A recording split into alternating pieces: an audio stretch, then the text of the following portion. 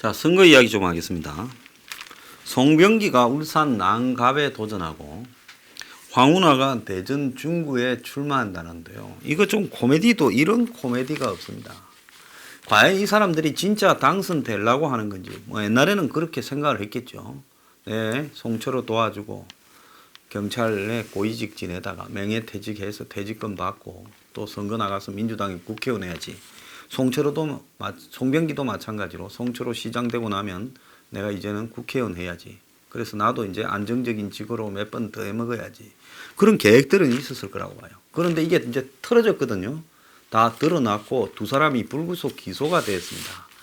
그러면 이 두 사람에 대해서는 적어도 검찰이 그걸 공소장에 혐의를 적시했고 이 정도라면 민주당이 볼 것도 없이 지금 두 사람에 대해서는 공천 부적격 판정을 해야 된다고 봅니다.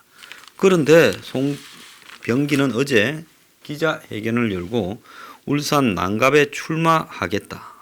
한국당의 이채기라는 사람이 있는 지역구래요. 자, 검찰의 무리한 수사가 있었다고 이야기를 하였습니다. 황운하는 일찌감치 대전 중구에 출마한다고 선언을 했고 예비 후보로 등록을 해서 총선에서 승리해서 명예회복을 하겠다. 황운하가 지금까지 나온 것만으로도 회복할 명예가 있습니까? 근데 이런 황운하를 민주당의 공직후보자 검증위원회에서 적격 판정을 했습니다. 자, 한병도도 어제 이 역시 불구속 기소돼 있죠. 정무수석으로서 선거 개입했다고요. 민주당에서 예비후보 면접 심사를 받다고 합니다. 자, 그래서 공소장은 검찰의 주장일 뿐이다 이렇게 말을 하는데요. 전북 익산을에서 출마하겠다고 합니다. 그러니까 지금 민주당이 13명 기소된 사람 중에 3명이 지금 선거 출마하겠다고 나서고 있는 형태를 지금 방관하고 있습니다. 자, 송병기나 한병도에 대해서도 황운하처럼 공천 적격을 할 것인가? 그렇다면 민주당이라는 실체는 그야말로 청와대에서 이 정권을 위해서 불법을 저지른 사람들은 당에서 보호해서 출마시켜라. 당이 보복을 자처하고 결국은 검찰 수사를 피하기 위한 시간을 버는 거고 총선 이기고 나면 검찰이 이제 공수처 출범하고 하면 윤석열 총장 쫓겨나고 이 허지부지 되지 않겠어요? 그러면 이제 재판이 열려도 결국은 힘을 잃은 검찰이 공소 유지 의지도 약해질 거고 판사 하나 갖다 꼽아서 적당히 처리한다. 지금 이 생각을 하고 있겠죠. 웃기는 꼴이라고 보고 있습니다. 자, 안철수가요. 총선에서 보수 세력과 통합 연대는 없다고 이제 언론 인터뷰를 했습니다. 동아일보하고 했는데요. 귀국 첫 인터뷰랍니다. 조선일보는 미국 있을 때 했어요. 그때 조선일보가 안철수가 보수 통합에 들어올 거라고 기대하고 했는지 저는 가끔 가다가 조선일보의 판단이나 형태에 대해서 의문을 가질 때가 많습니다. 안철수는 동아일보와의 일성이 총선에서 보수 세력과 통합 연대가 없다라고 했습니다. 그러면 무슨 말이냐? 결국 독자적으로 창당해서 길을 가겠다는 거예요. 제가 뭐라고 했습니까? 한국당 바로 앞에다가 안철수가 길목에 땅을 사서 그 길을 갖다가 그냥 집을 지어서 한국당을 맹지로 만들어버리는 출구가 없는 길로 만드는 한마디로 알박이를 했다라고 표현했습니다. 저는 안철수가 알박이 정치를 지금 하고 있다고 봐요. 알박기. 그럼 왜 안철수가 알박기를 하느냐? 문재인을 유롭게 하기 위해서 알박기를 하는 겁니다. 그는 입으로 문재인을 이 인터뷰에서도 비판을 했지만은 실제로 안철수는 문재인을 이롭게 하기 위해 당을 만들고 총선에서 지금 설치는 겁니다. 자, 자신이 출마 안 하겠대요. 세상에 자신이 출마 안 하는 정당을 안철수 신당이라고 하려다가 선거위원회가 선관위가 안 된다니까 이름을 국민의당이라고 다시 돌아갔습니다. 근데 자기가 출마하지 않는다. 이건 말이 안 되는 이야기죠. 그러면 기존에 정치를 하던 사람이 아니고 하지도 않던 사람이 3% 남짓한 지지에 자기가 당을 만들어서 자기는 출마 안 하고 남을 당선시키겠다. 이런 일이 있었느냐는 겁니다. 작지만 큰 정당이 목표라 하고 이슈 중심의 정당을 하겠다. 제가 그래서 너네 왜 검찰 부분에 대한 문 정권의 태도를 비판하지 않느냐, 간첩 아니냐 하니까 또 긴급으로 또 한국당보다는 하루 먼저 또 비판하는 척 했어요. 여러 차례 실패했는데 왜 했냐니까 여러 정권에 쏘갔다. 어제도 또 문을 비판합니다. 자기는 2015년에 새정치민주연합을 탈당해서 문정권의 민낯을 이미 그때 알고 탈당했다. 2017년에는 문이 집권하면 국민의 세금으로 자기 세력을 먹여 살리려 국민을 반으로 나눠서 적폐로 몰아 5년 내내 나라가 시끄러울 거라 했는데 그것이 안철수 외연이라고 지금도 회자된다. 그 정도는 다 알았죠. 그런데 문재인과 박근혜는 공통점이 많다. 자기 세력의 사익 추구, 진영 논리, 국가주의, 특히 문 정권은 왕조주의로 가는 것 같아. 왕 밑에 국회, 법원, 검찰, 중앙선관위까지 두려워한다. 국민이 이미지 조작과 가짜뉴스 생산에 능한 정치 세력에 속았다. 드루킹 여론조작 사건은 박근혜 정권의 국정원 댓글 사건과 비교가 안 된다. 자, 그런데 선거연대 생각은 없다. 총선에서 더불어민주당, 한국당 1대1 구도를 만들면 신적폐와 부적폐의 대결이 되어서 민주당이 이긴다. 최근 여론조사에서 무당파가 20에서 30%로 늘었다. 이들이 절대로 한국당을 안 찍고 지금의 한국당으로는 안 된다. 혁신 경쟁을 하는 게 야권의 파이를 키우는 거다. 뿌리 없이 한국당에 들어가서 바꾸는 건 안 된다는 걸 민주당을 바꿔보려 한 경험에서 한다. 그러니까 안철수가 노리는 거는 20% 30%의 이 중도층을 자기가 일정하게 먹어서 한국당에 안 가게 하겠다라는 게 목표라는 걸 실토하고 있습니다. 자, 그러면서 지금 안철수는 여론조사 3%지만은 앞으로 자기 길이 있다고 본다. 자, 안철수는 이번에 자기가 성공하는 것보다는 한국당을 망하게 해서 한국당이 망하게 되면 결국은 자기밖에 더 찾겠느냐. 지금 그 부분을 기대할 거라고 보고 있습니다. 자, 이낙연이하고 황교안이가 어제 여론조사가 있었어요. 황교안이 출마 선언을 한 7, 8일 종로 거주자를 상대로 여론조사를 했는데 이낙연 54.7, 황교안 34. 그러니까 20.7% 차이입니다. 그 이전에 SBS가 실시한 여론조사에서 이낙연 53.2, 황교안 26이었어요. 그때는 얼마 차이였느냐?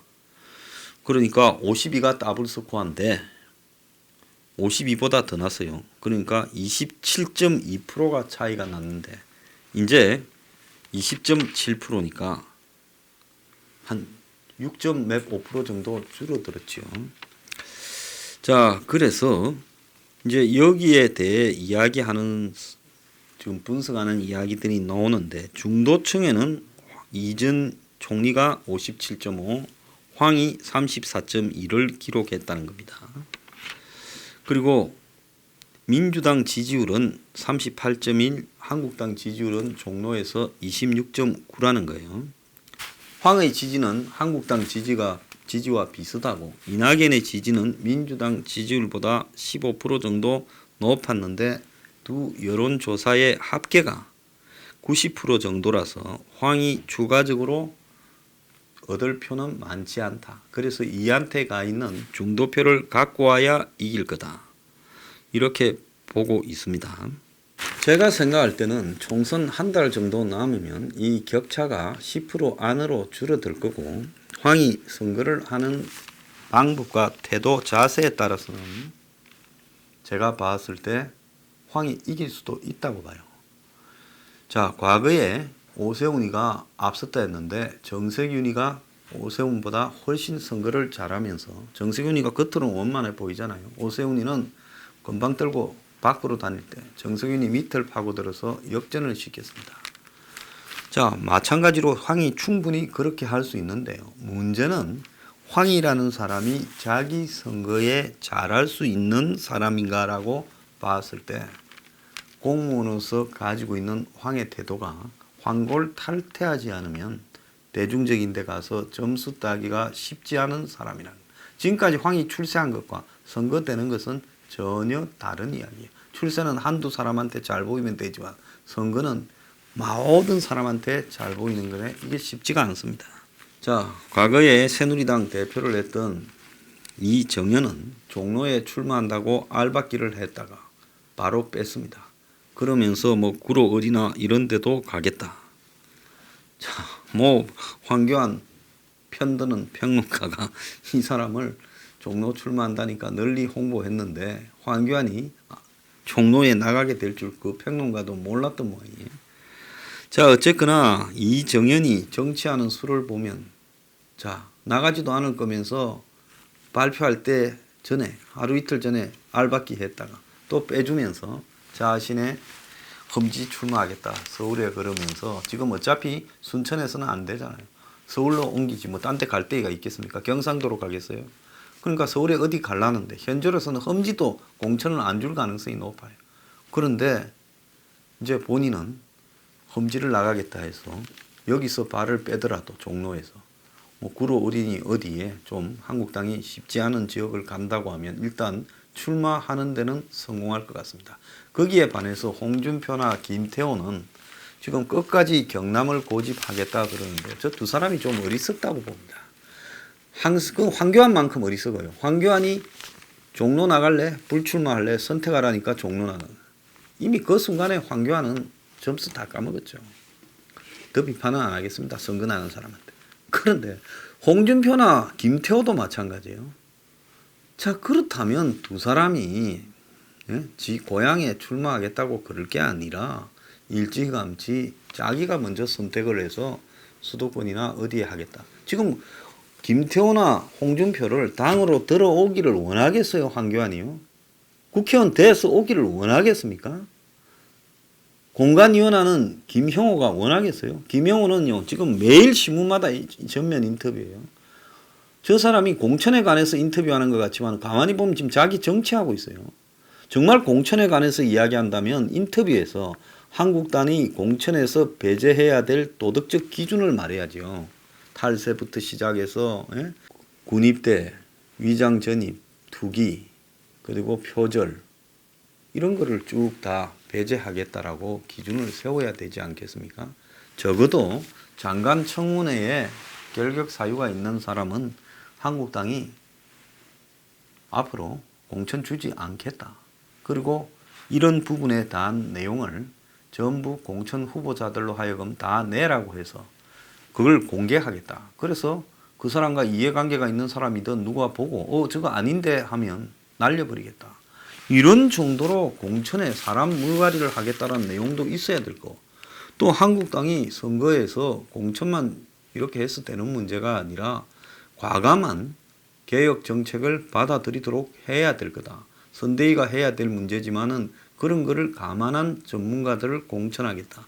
이런 이야기들을 좀 해야 되는데 이 사람 하는 소리 보면 자기 정치 이야기를 하고 다닌다는 겁니다.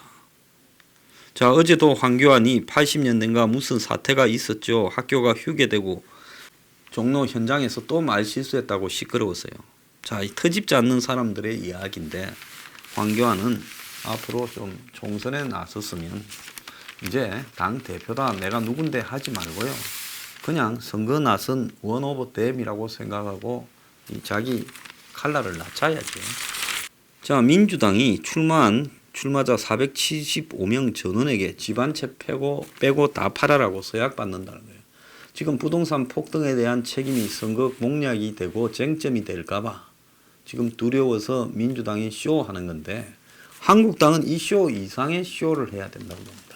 세금을 조금이라도 탈세하거나 안 냈거나 문제가 되는 사람들은 제대로 안 낸 사람들, 또 부동산이 많은 사람들, 그리고 자식들을 대학 보내거나 취직시키는데 문제가 있었던 사람, 자식이 로스쿨 다니는지 의전 다니는지도 다 받아야 된다고. 그런 정도를 투명하게 하겠다고 각서받고 이러지 않고요. 누구 영입하고 어제 태용호 영입했는데 뭐 태용호 영입 잘했다고 봅니다.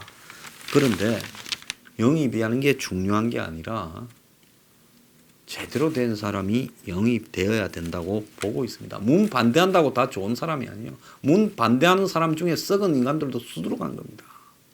그럼 문 반대한다고 썩은 놈 데려오면 그 놈도 그러면 유주권자 입장에서는 반대해야 되지 않습니까?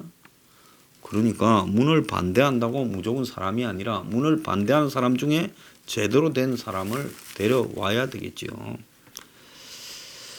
자, 그래서 대통합 신당을 만들어서 유승민을 넣어서 한다는데 그러면 한국당이 지금 조원진, 홍문종, 특히 저 김문수, 정강훈은 어떻게 하겠다는 거야. 그냥 그거는 무시하고 가도 좋다는 것인가. 이런 문제에 대해서 그럼 그들은 유승민만도 못한 것인가. 저는 그분들과 생각이 좀 달라도요. 그 사람들이 그래도 지금까지 시청 앞에서 쌓아온 부분 뭐 그것이 태형적이다라는 보수 언론의 비판도 있을지 모르지만은 한때 보수 언론은 거기에 사람이 좀 많이 모였을 때는 뭐라고 했습니까? 10월 혁명이라고 했잖아요. 그래놓고 이제서 이제 그 사람들이 그야말로 태형적으로 몰고 가는 이 거구들인데 빼고 가야 된다. 보수 통합을 방해하는 세력이다. 이렇게 말하면 그때 필요에 따라서 장난치는 것밖에 더 됩니까? 그래서 한국당이 이 세력은 어떻게 할 것인가 입장을 분명히 정해서 발표할 필요가 있다. 그리고 미래한국당 공천 저거 내 여러 번 경고했는데 똑바로 안 하면 그건 사고 납니다. 그러니까 아예 거기 공천에 뭔 관여하려고 마음 먹지 말고 공개적이고 투명한 툴을 만들어서 거기서 정하는 게 답이다라고 이야기하고 싶습니다.